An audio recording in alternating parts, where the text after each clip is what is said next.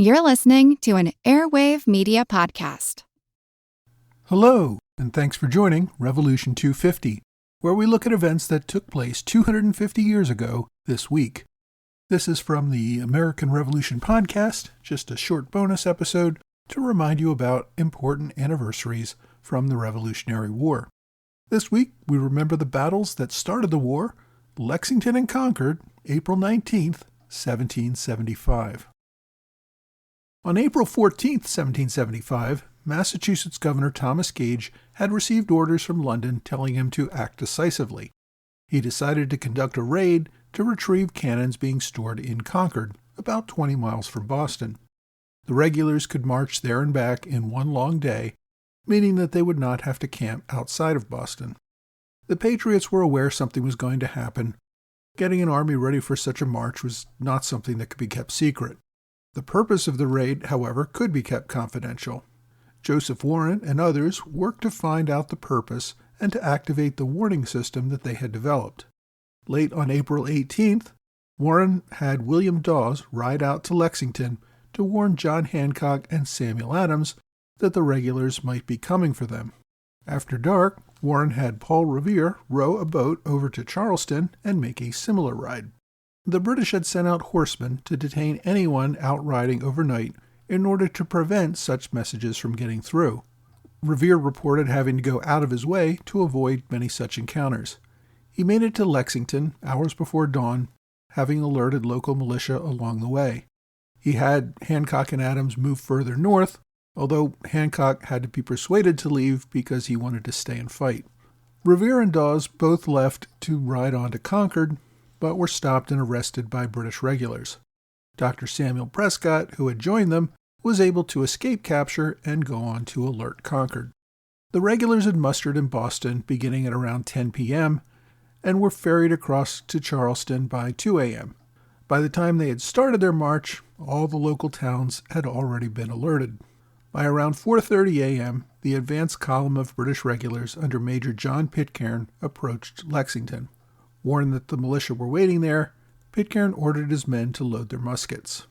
A Major Pitcairn was bringing up the rear of his advance column, while a young lieutenant named Jesse Adair led the front. Pitcairn had planned to just march past Lexington and go straight to Concord. Rather than remain on the road to Concord, however, Lieutenant Adair steered his column toward the Lexington Green to confront the militia. Witnesses differ on the exact words, but some British officers called the militia rebels and villains and demanded they drop their arms and disperse.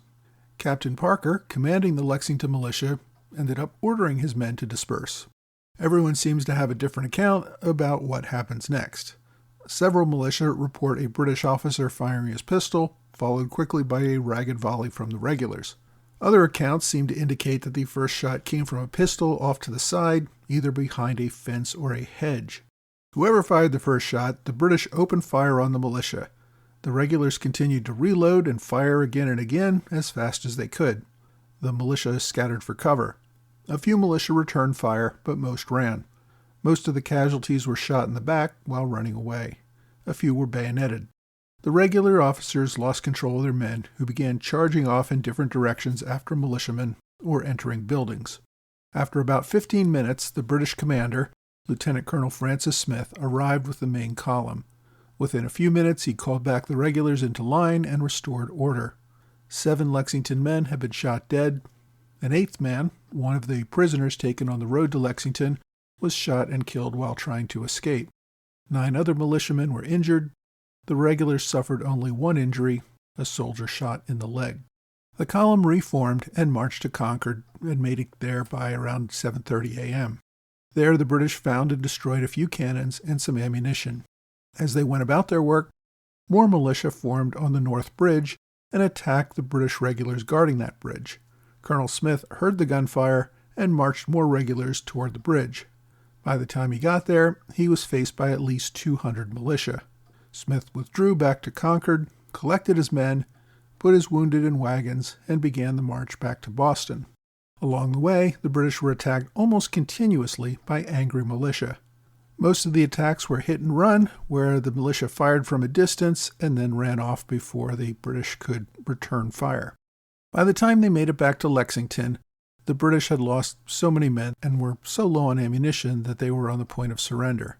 They gratefully met a relief force sent by General Gage from Boston to assist them.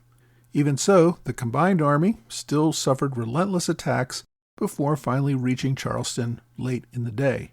The British suffered about 300 casualties, or about 20% of their total deployed force. They realized that they were not going to scare off a bunch of armed farmers.